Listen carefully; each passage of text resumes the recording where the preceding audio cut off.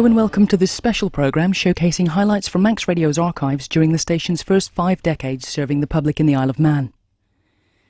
In 1968, Manx Radio was transferred into public ownership and became the island's public service broadcaster.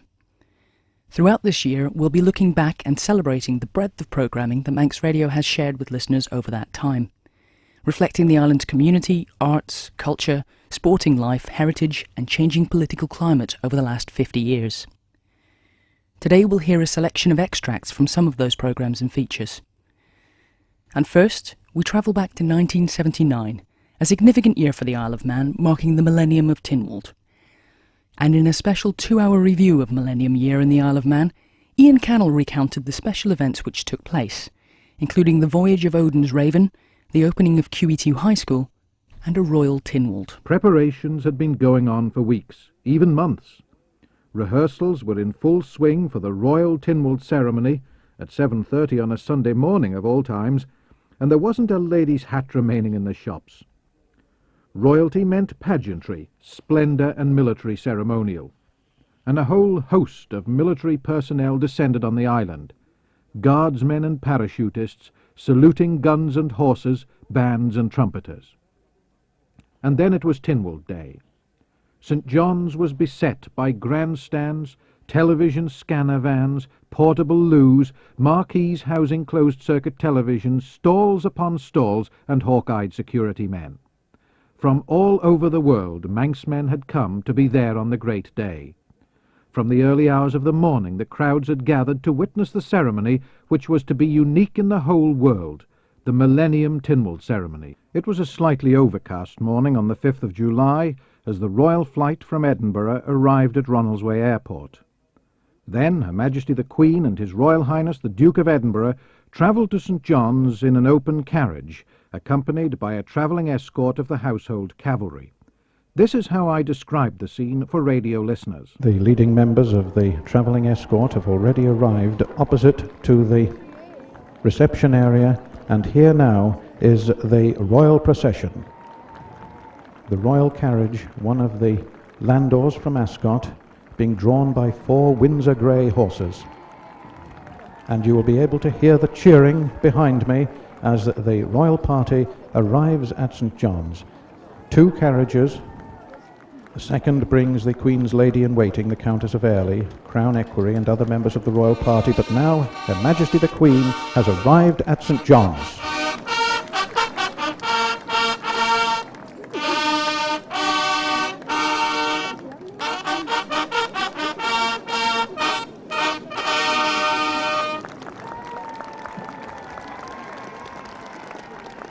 She is received by His Excellency the Lieutenant Governor. He presents 2 captains of the parishes, Mr. John Cannell, captain of the parish of Michael, and Mr. Richard Gaughan, captain of the parish of Rushen. And now accompanied by the field officer in brigade waiting, Colonel Dick Hume from the Irish Guards, Her Majesty will move across the grass to the saluting base, facing the Guard of Honour of the 1st Battalion, the Scots Guards.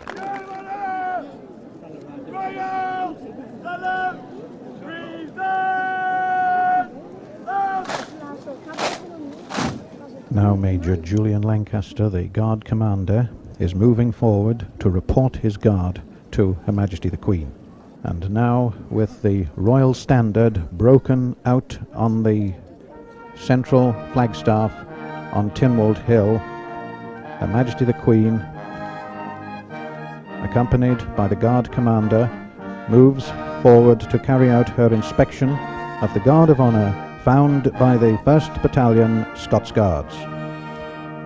Her Majesty the Queen and His Royal Highness and His Excellency the Lieutenant Governor are moving across the processional pathway towards the National War Memorial. Well, after the wreath had been laid, the Queen went on to attend the usual church service before the processions made their time-honoured way up the rush-strewn processional pathway to Tynwald Hill, where Her Majesty the Queen, as Lord of Man, presided over the ancient ceremony. A learned Deemster, direct the court to be fenced. I fence this court of Tynwald in the name of our most gracious Sovereign Lady the Queen. I charge that no person do quarrel, brawl, or make any disturbance, and that all persons do answer their names when called. I charge this audience to witness this court is fenced. I charge this audience to witness this court is fenced. I charge this whole audience to bear witness this court is now fenced.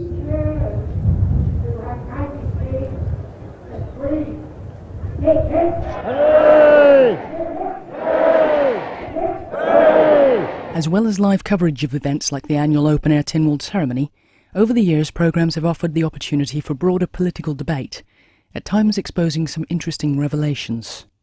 Like this one on The Month in Politics 13 years ago, when Roger Watterson and David Collister were joined by the then Treasury Minister Alan Bell and Michael MHK David Cannon.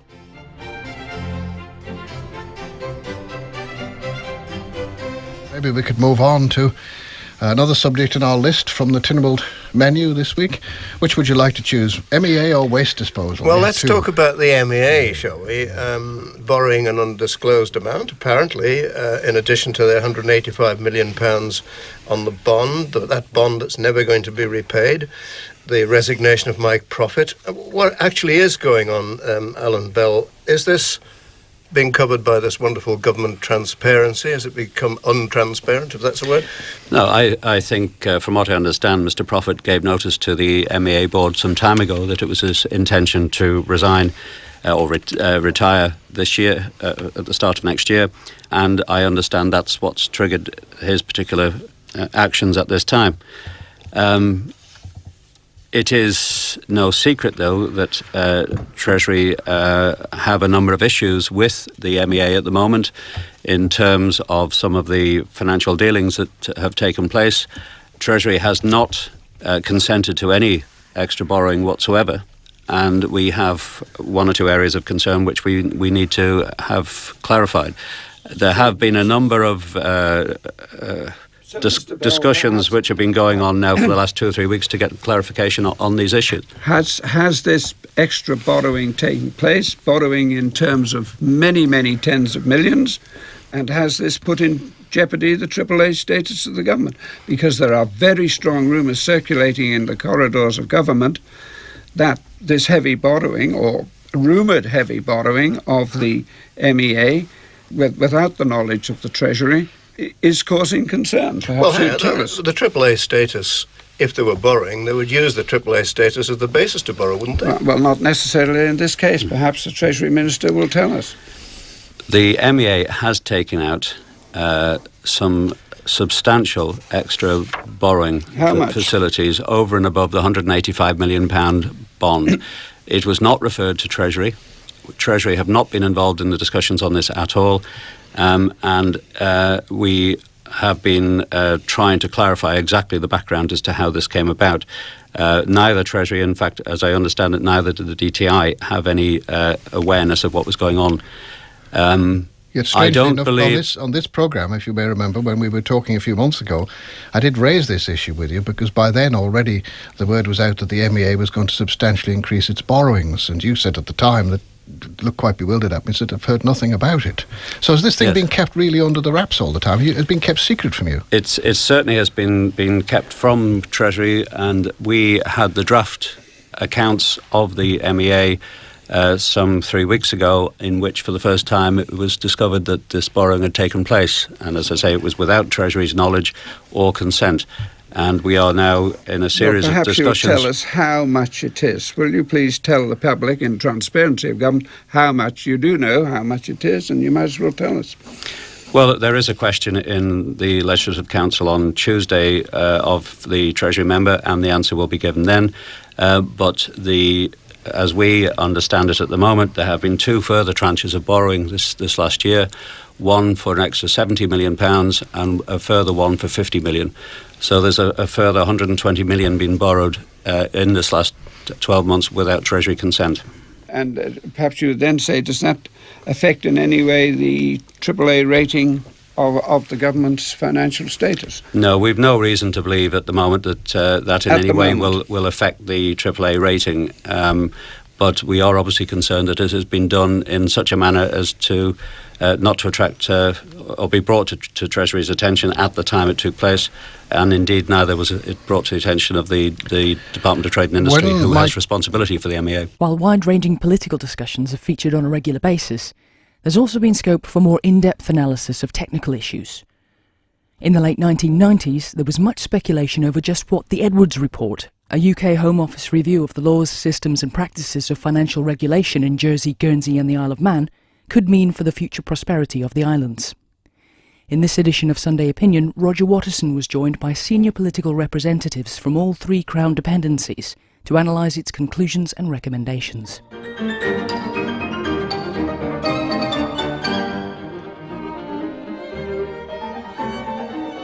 Chief Minister Donald Gelling, after hearing from all the prophets of doom and gloom for months now about this review, and the sabre rattling from sundry UK MPs, this report seems full of praise for the islands and the way they go about their business. Well, there's no way that we're going to sit back and say, well, that's the Edwards Report and that's the end of it. Certainly, I think many of the people who did come out with such comments were people that were ill-informed.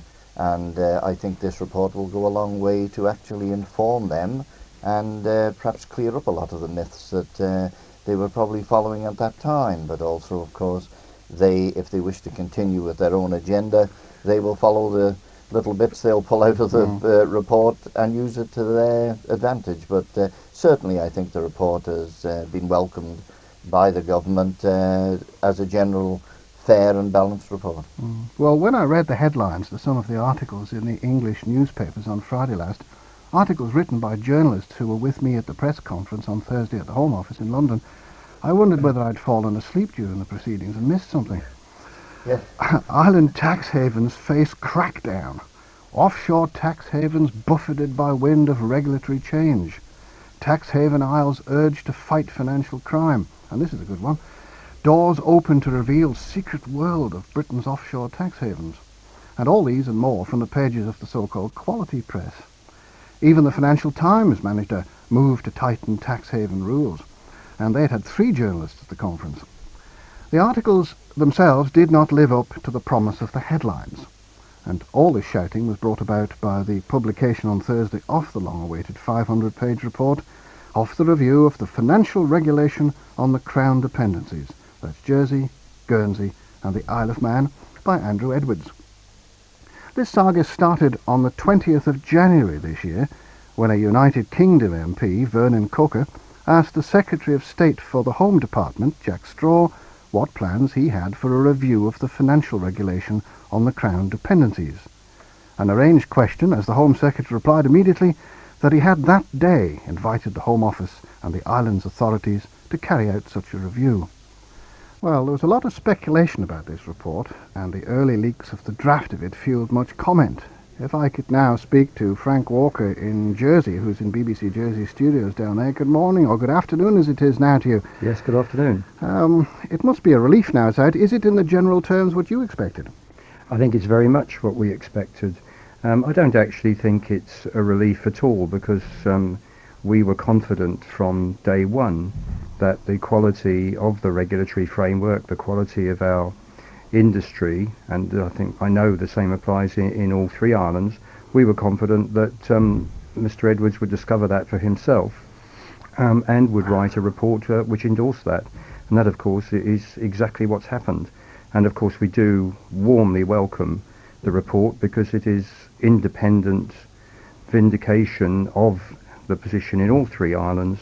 We've always known, we've always said that we were up there amongst the best in the world, and now we have absolute independent verification of that fact. And of course, in that respect, it's very welcome. But as Donald Gelling said right at the beginning of the programme, none of us can afford to be complacent, and what we've got to do now is to look at the recommendations very seriously and move on. Now, talk about complacency. Laurie Morgan in Guernsey, do you think there are any dangers lurking in it for the peoples of the 3 islands and their economies now? Oh yes, good afternoon, Roger.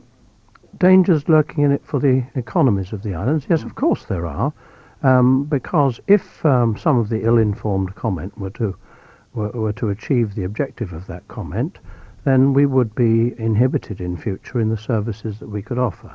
Fortunately, the report itself doesn't make any such suggestions, and I think our economies can be well protected for the future. Mm-hmm. But we must be, we have to be very vigilant, and there are other clouds on the horizon besides the results of the Edwards report.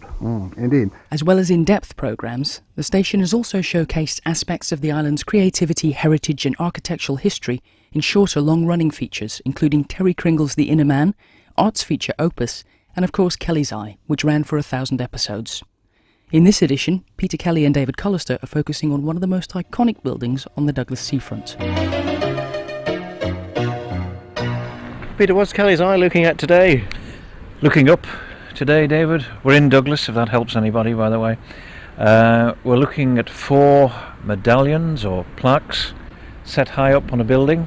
Each one is different. They're in a creamy coloured stone. First one has 2 men standing either side of a shield. Second one, a couple of lions either side of a shield. Third one, a couple of stags either side of a shield. And the fourth one, 2 mermen either side of a shield, and that shield's got 3 legs on it. They're on a building right in the middle of Douglas Promenade, a prominent building, a building that's been in the news too. Yes, a palace almost indeed. We're looking in fact at the Castle Mona, or what is now the Castle Mona Hotel. A fine piece of work though, is it? Oh, it is. It's obviously different from anything else on the island. To start with, because the stone is not indigenous, it's not quarried from nearby or Castletown limestone. It's brought all the way from Scotland, from small island of, well, reasonable size island, Isle of Arran up in Scotland, brought down in boats. They would come into Douglas Bay, roughly opposite the site at high tide, and throw the stone overboard. Really? Oh yes, so there was method in their madness, because as the tide went out, the boat would go out, and those stones would then just be lying on the shore. So down they go with horse and cart or sledge or whatever, and bring the stone up here onto what would in fact be a grass verge at one time. They'd be dressed into shape. So they'd be dressed here, not brought over as blocks then? Well, finalised dressing, I think, yes, they would be generally cut into blocks, but certain items would have to be finished on site for fitting. Notice the columns on the front of the buildings. They're a very good example of that type of architecture of the time, and you'll find that repeated in the Catholic Church in Castletown. You'll find it in Lawn House. It's just a style of fluted column. But the plaques, David, they're important because they are not real stone. They are artificial stone, and we're talking of artificial stone going back, in fact, to the latter part of the 18th century. They were manufactured by a lady called Mrs. Code, who had a factory down at Lambeth. The system itself of the Code factory was founded in 1769, and fortunately some of the order books exist, and there is a reference to the Isle of Man. It's dated 1799, and it merely says guard house, and that in fact was for the courthouse and a small prison that was on the end of the Red Pier.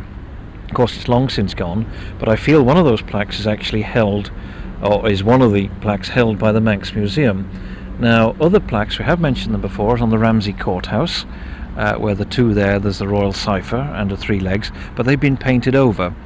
And in the churchyard at Braddon, there is on the obelisk, the Murray obelisk, another Code stone. In fact, Code and Seeley, that was her cousin, who was in partnership with her for a little while, another plaque there, but all connected with George Stewart, because the order books also show that for Blair Athol Castle in Scotland, he ordered, I think it was a horse's head, which went over the stables. But this Code stone was used greatly in London, Bedford Square, and a lot of the eminent places at the time, and also a lot of the large country houses had Code stone used in the front, lions at the doorway and pillars, and I believe the Royal College, Naval College at Greenwich, the hospital, is also Code stone in the frieze within the tympanum of the arch.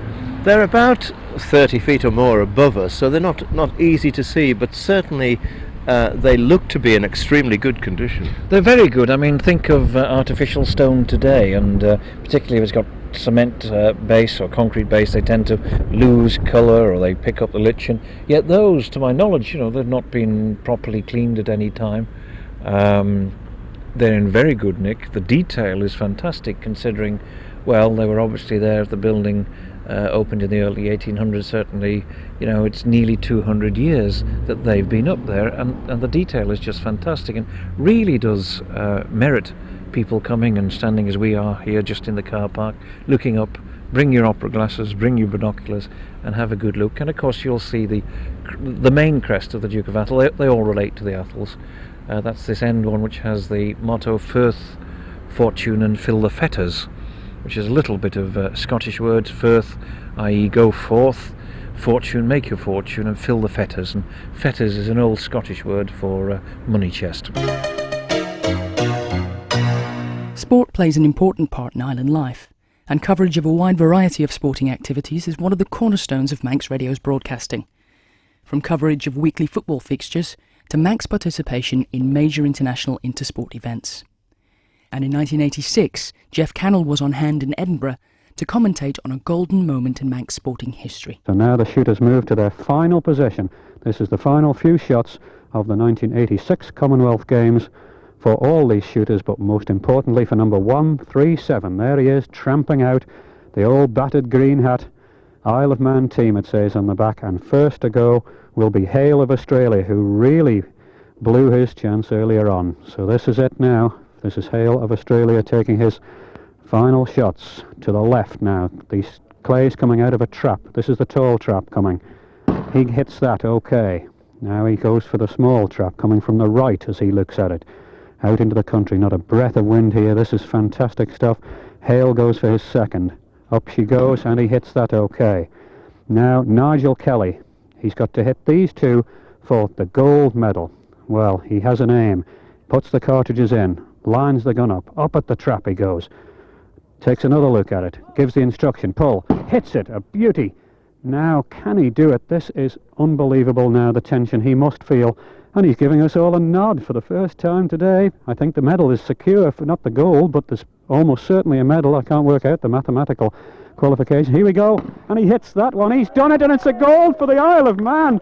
A remarkable story, absolutely extraordinary, and I'll now try to walk down to get a word with him.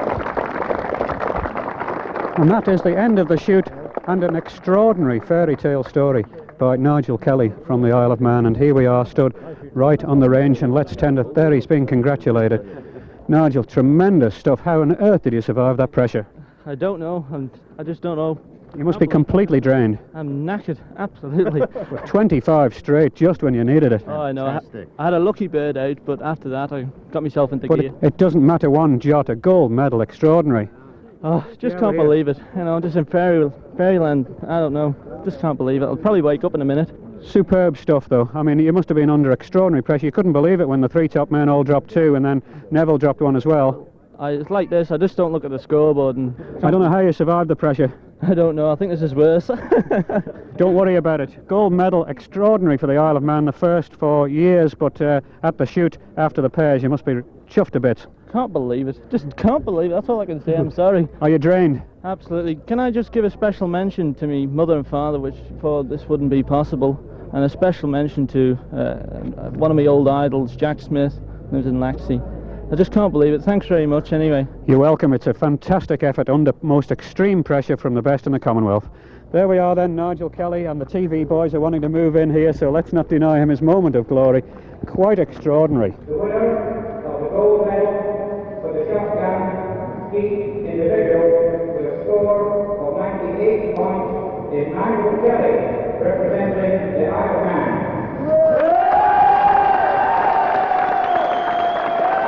Well, I wouldn't say the roof is coming off, but it's the next best thing to it, and the medal is round his neck.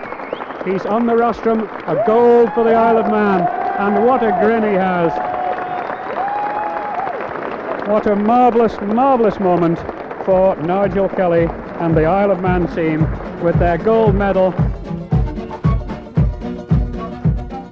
And of course, one of the most popular annual sporting events in the island is the TT races, with all the action brought to life on air by a host of Manx Radio TT commentators over the decades.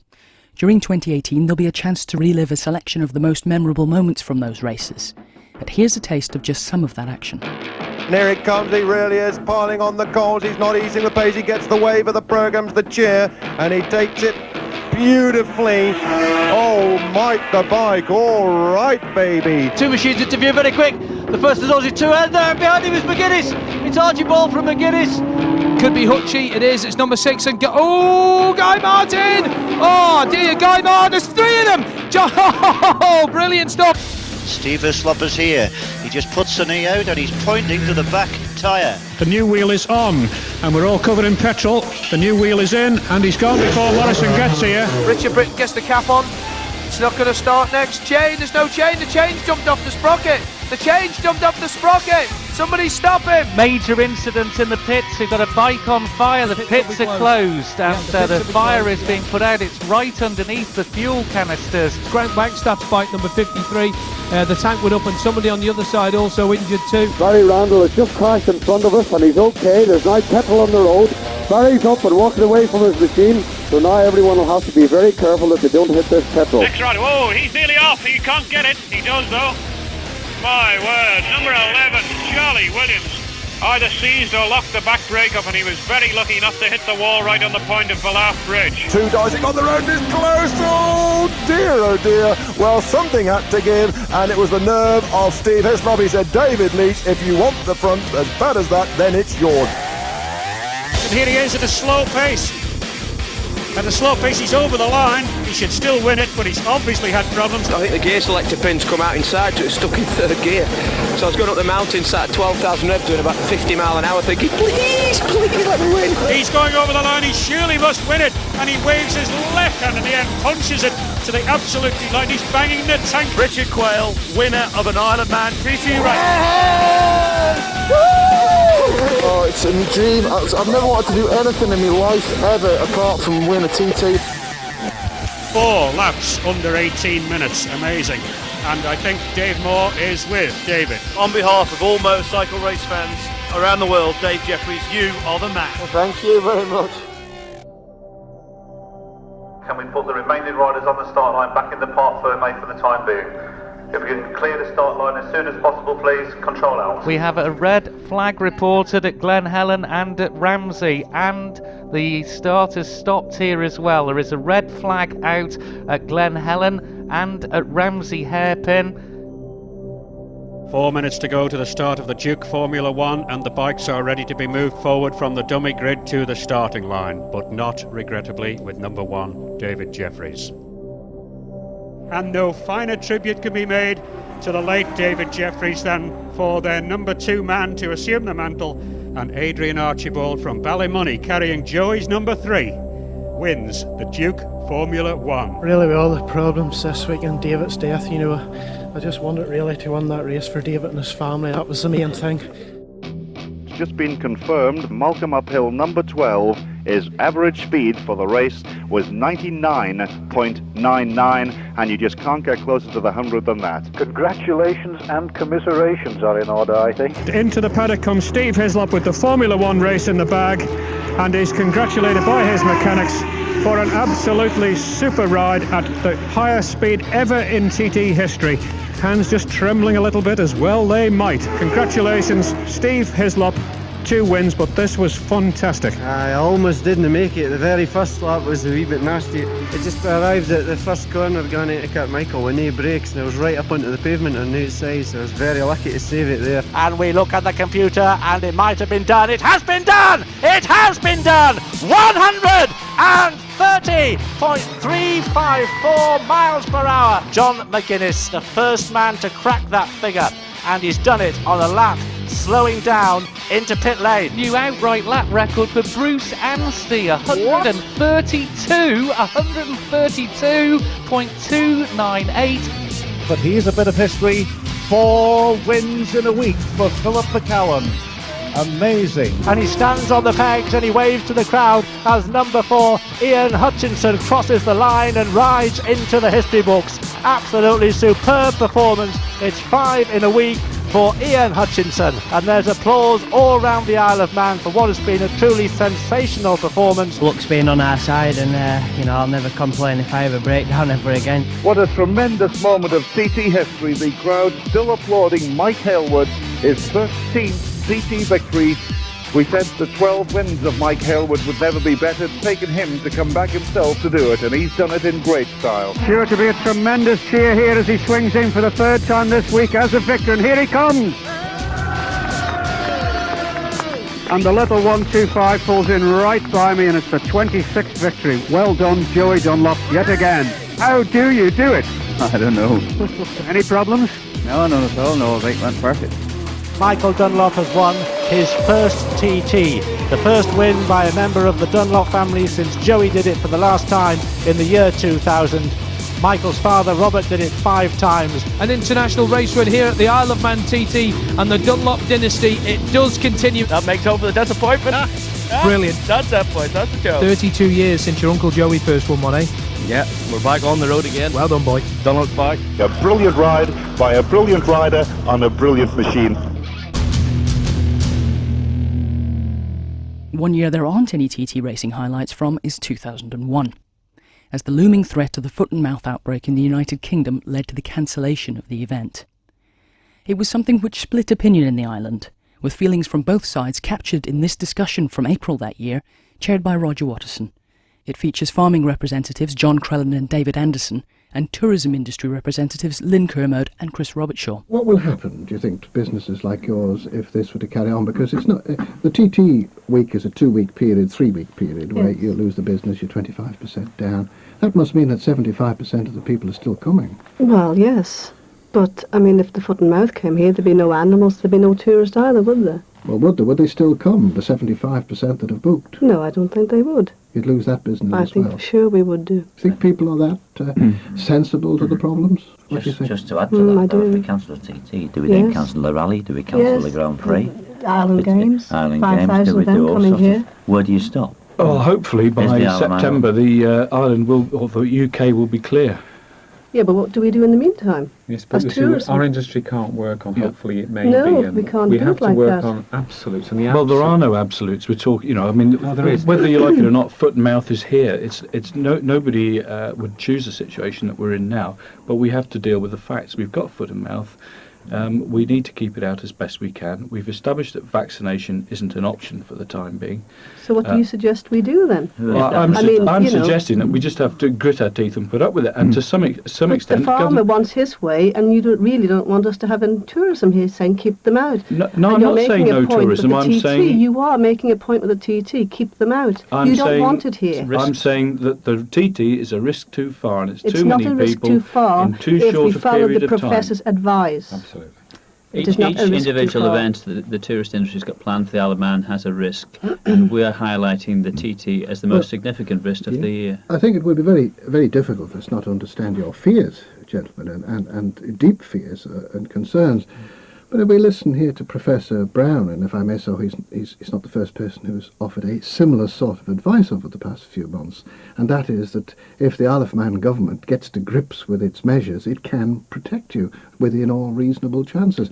Professor Brown seems to feel, you correct me if I'm interpreting him incorrectly, seems to feel that if you go through proper disinfecting as you get off, and a series of other measures that are not in place at the moment, the risk factor for you in the farming business will be very small. Professor Brown has highlighted, that he doesn't think the disinfectant is all right at the moment. So how much more so then when the TT, if we can't handle a normal everyday situation, are we going to be able to handle it at TT? In pure economic terms. Well, that's a matter of just sheer administration, though. In pure economic and cost terms, what's better? Is it far better to focus very, very, very severely on control and access and disinfectant in the cost there, compared to the millions involved in losing tourism and the millions involved in losing farming? Staying with farming in the countryside, the customs and traditions of yesteryear also form a valuable part of the station's broadcasts. And in this edition of the farming programme, two voices once synonymous with the farming industry in the island, John Kenyuk and Harvey Briggs, discuss the season of Hollantide.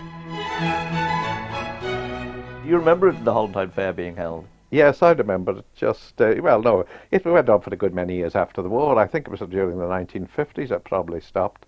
It was held latterly in in a yard at the Adelphi Hotel. The Adelphi Hotel was down by the old police station just below Athol Street, and it was held there on November the 12th. I don't know much about the Michael one because that was outside my territory, but the men used to go into the hiring fair and on November the 12th, and hopefully by midday they would have got fixed up.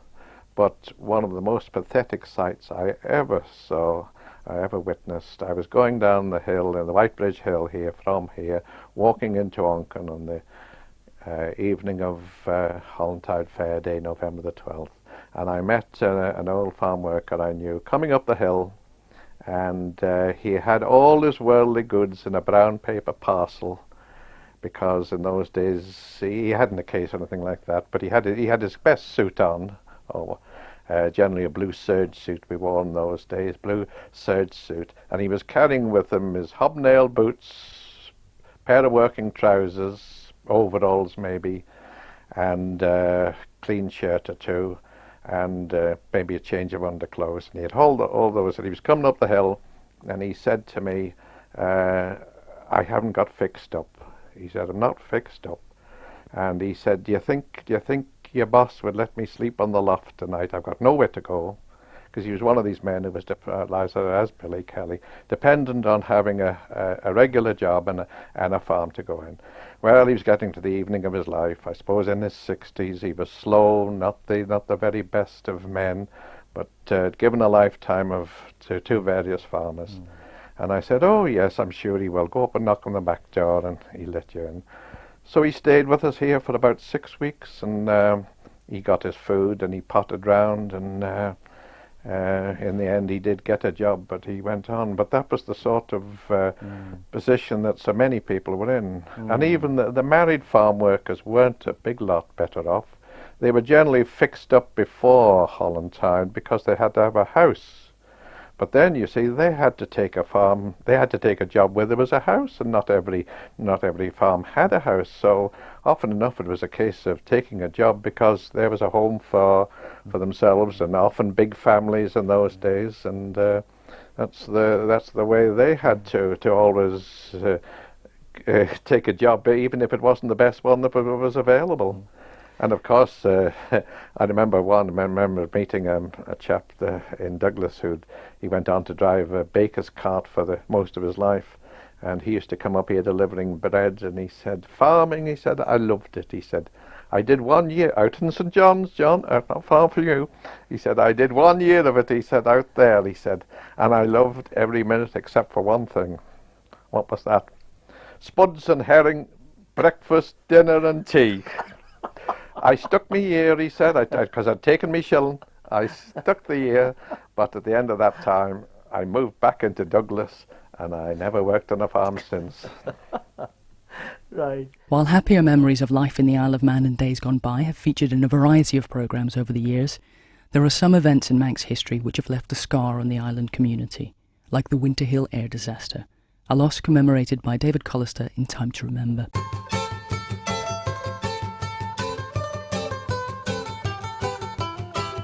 The surviving passengers were Harold Williamson, Jim Crosby, Fred Kennish and Norman Ennett. Of the 33 dependent children, 15 were boys, 18 were girls. Their ages ranged from 19 down to 1 month, although the majority were under 10.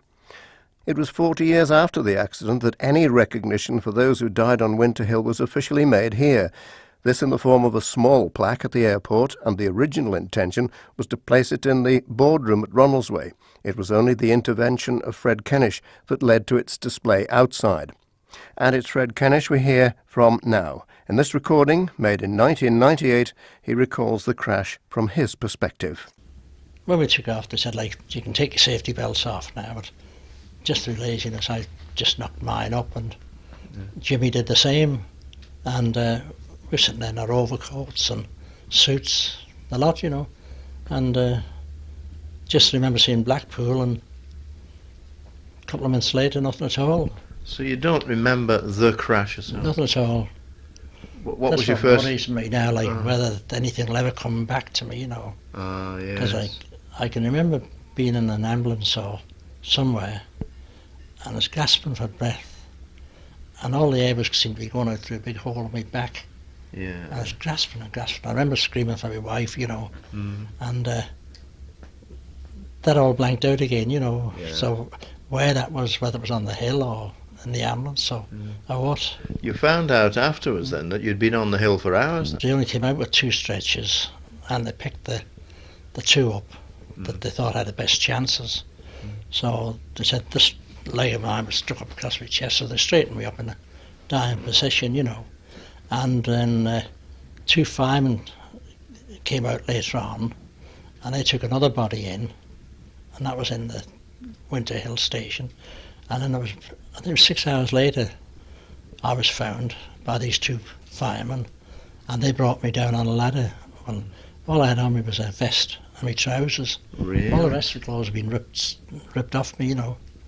And you'd be unconscious just this time? Yeah, I don't remember anything of it, you know, going down the mountainside. And you were in snow as well? In snow, yes, about 4 foot snow. 4 foot of snow? Yes. Really? So I didn't die from my hypothermia, yeah. you know, I can't understand. Perhaps if you were unconscious, that might have saved you. Well, that's what they reckon. They reckon with the snow, it puts the body in sort of deep freeze state, I think it was. Because I remember in Bolton Hospital there, they were doing the same thing to people in there, like packing them in ice, you know. And I thought, well, perhaps that's what saved me, you know. Yes. Now, after this crash, then, in the hospital, can you remember the circumstances where you found out what had happened? I mean, how did you find out? Well, when I came round, seen Jimmy Crosby in the next bed, you know, and sort of looked around, there was nobody else we knew, you know, and said to Connie, we don't know anybody else in here, where are they all, you know? So she said, I don't think there are anybody else, I don't think there is anybody else, unless they're in another part of the hospital. She said, I know the pilot is in another part of the hospital, but she said, I don't know about the others or whether they're in a different hospital. And it must have been a couple of weeks before I really found out that we were the only ones, you know. Yes, yeah. And that sort of made you break down and cry then I found that out, you know. Yes. It must have been terrible for the people at home here, because the bodies all had to come home. There was 35 funerals in the 1 week, you know, all different people all over the island, you know. And they must be going from one funeral to another, you know, because they're friends of everybody, you see. As well as marking significant events in the Isle of Man's past, there have also been a range of programmes exploring Manx involvement in key events in world history. In this segment, Manxmen involved in the Dunkirk evacuations in 1940 recall their experiences. In the daylight, we could see this huge fire ahead of us. Nobody knew what it was, but some did start looking at maps and sorting it out and said, oh, it's down on the channel somewhere. And there was so much black smoke going up. It must be oil tanks or something. We'll have to inquire what it is, but eventually we get nearer and nearer, and they said, oh, it's Dunkirk. And we said, well, what's happening? Oh, well, we're going back to England, and that's where you're going to go from. They're going to take you off at Dunkirk. On June the 4th, 1940, Operation Dynamo, the evacuation of Allied forces from France, was completed. From May the 27th, and under intense fire, 338,000 troops had boarded ships of all sizes and crossed the Channel to England. Many of them had been on the beaches at Dunkirk. Some of them were Manx. These are the memories of those men. We could hear the gunfire behind us on the outskirts. We could hear the German planes, of course, right round us. Bombs we could hear being dropped. But the British Defence Regiment were, of course, protecting us, a rearguard action they were. And there was no, should I say, panic. Not panic.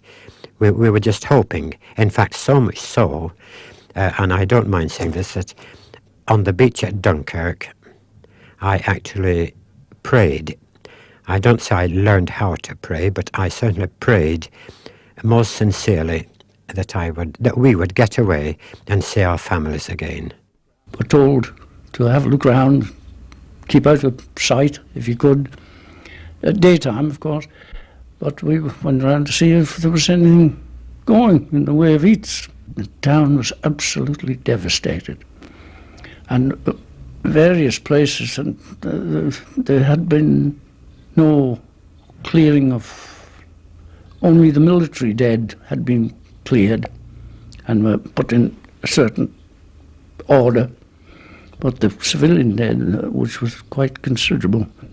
By this time, someone had rustled a bit of food of some sort up, the usual bully beef and stuff like that, and biscuits. So we prepared for a night on the sand. And we were amazed when we got to Dunkirk Beach. There were masses of troops, all lined up except they were waiting for the bus. And we were at the beach. It's like from Derby down to Peel, apart from the fact that at the back there was large sand dunes. So during the daylight, you were getting Stukas having a go, Stuka bombs, dive bombing. So we were sorting ourselves out from going for the sand dunes in between the bombing raids. Then you were lined up again and hoping that the next boat in would be yours. As we drew near, we saw the Fenella line there. This is on the outward side of the mole, on the outward side of the mole. And it was dead low water. And we crept in, and we could see that she was sitting on the bottom. And there wasn't a sign of life on her. It was an uncanny feeling. Eventually, we lined up, and the lifeboat came in for our some of our corps, and which was by then sadly depleted. And we were rowed out. We rowed ourselves out to a Dutch freighter called the Dromedary, and we got away on her at daylight and got to Margate on the Sunday morning during the 4th. To look then, when we got onto the ship, and to look ahead of us and see that wonderful sight, the white cliffs of Dover, which meant that we were coming home. Going back further into the island's past, significant figures in the island's history have also been the subject of special programmes throughout the years, like this celebration of the island's national poet T.E. Brown, presented by Major Geoffrey Crellin. Let us then make all we write very good and sound. Manx timber, Manx caulking, Manx bolting, Manx everything. Manifestly we shall not appeal to strangers, nor in fact hope to make a penny. Neither will the Manx public defray the expense of pen and ink and paper. We must make a long arm and stretch back and grip the receding past. Don't care a scrap if we run the risk of being unintelligible to the rising generation. That is of no consequence. Let us execute our office faithfully and lovingly. In short, we must be both daring and modest. Manx Radio have produced this short programme to celebrate the birth and indeed, to some small extent, the life of our own great Manx national poet, who was born on the 5th of May 1830. Thomas Edward Brown, the 4th son of a family of 10 children, born to the Reverend Robert Brown and his wife Dorothy. She was a great lady, and how she coped with her sacrificial role in the raising of this large family in a situation of pastoral responsibility but economic poverty, no one alive today can possibly imagine. But we can imagine and remember his beautiful verse and music, and it is appropriate that we should start this little celebration with the lovely Eleanor Shimmin singing Fly Away Bark, the words, of course, by Brown, with J.E. Quayle's music. Fly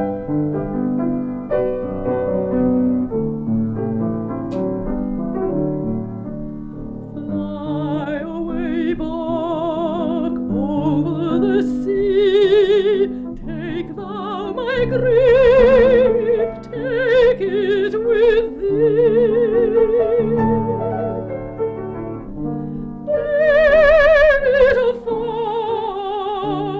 to the shore, where the old griefs are forever.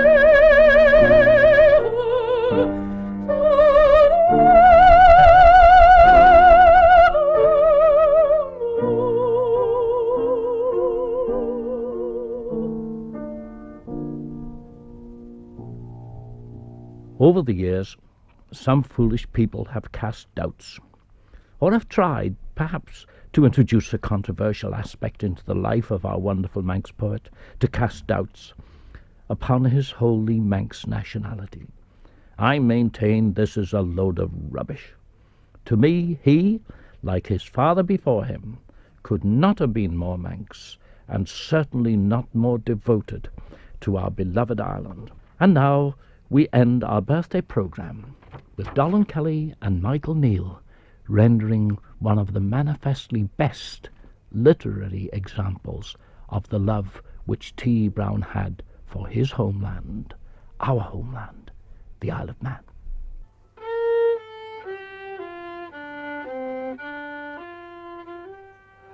I'm here at Clifton, grinding at the mill.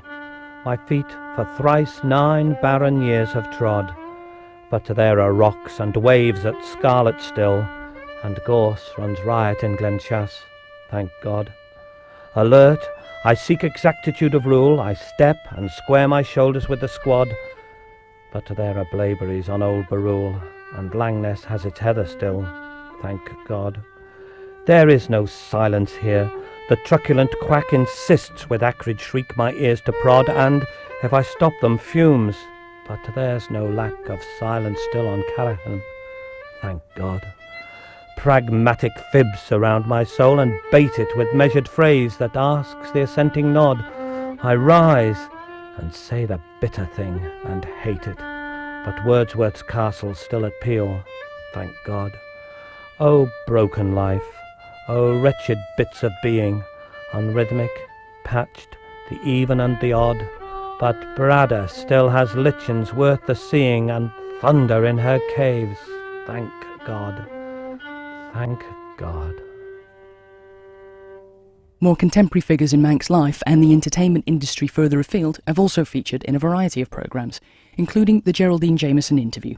In this extract, Geraldine is in conversation with much-loved magician and entertainer Paul Daniels.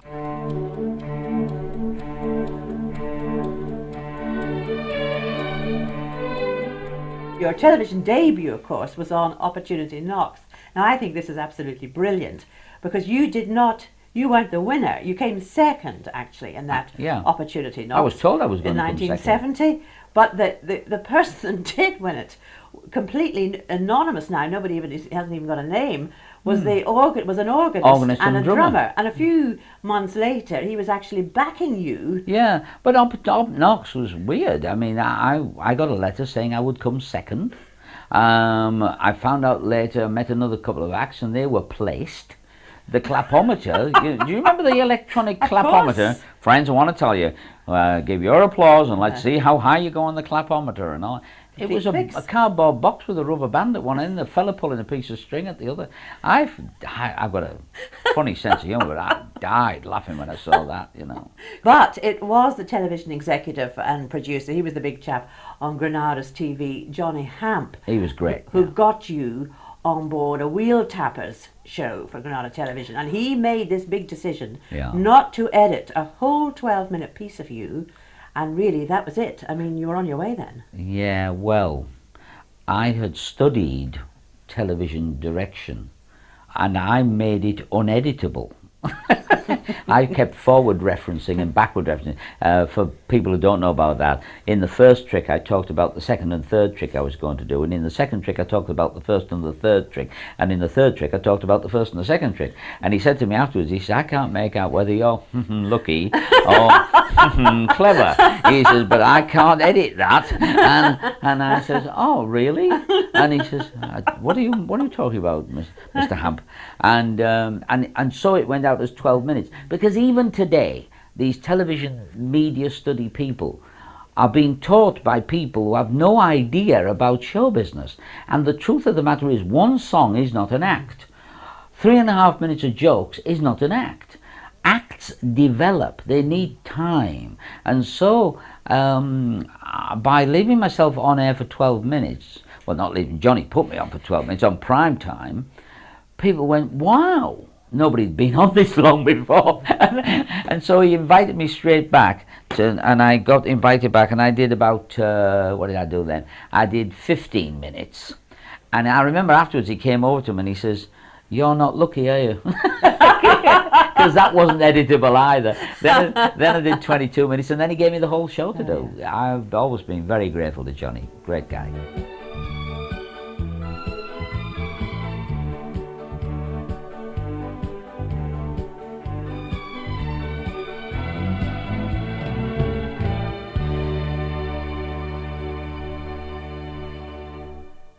That brings to an end this special programme showcasing some of the distinctive programmes from the Manx Radio archives during its first 5 decades of public service broadcasting. You can hear more from those programmes and features each Sunday morning at 9:30, starting this Sunday, January the 7th. And the entire 50 Years Serving the Island series, plus exclusive additional content, will become available online at manxradio.com at the Manx Radio portal. But for now, have a very good evening.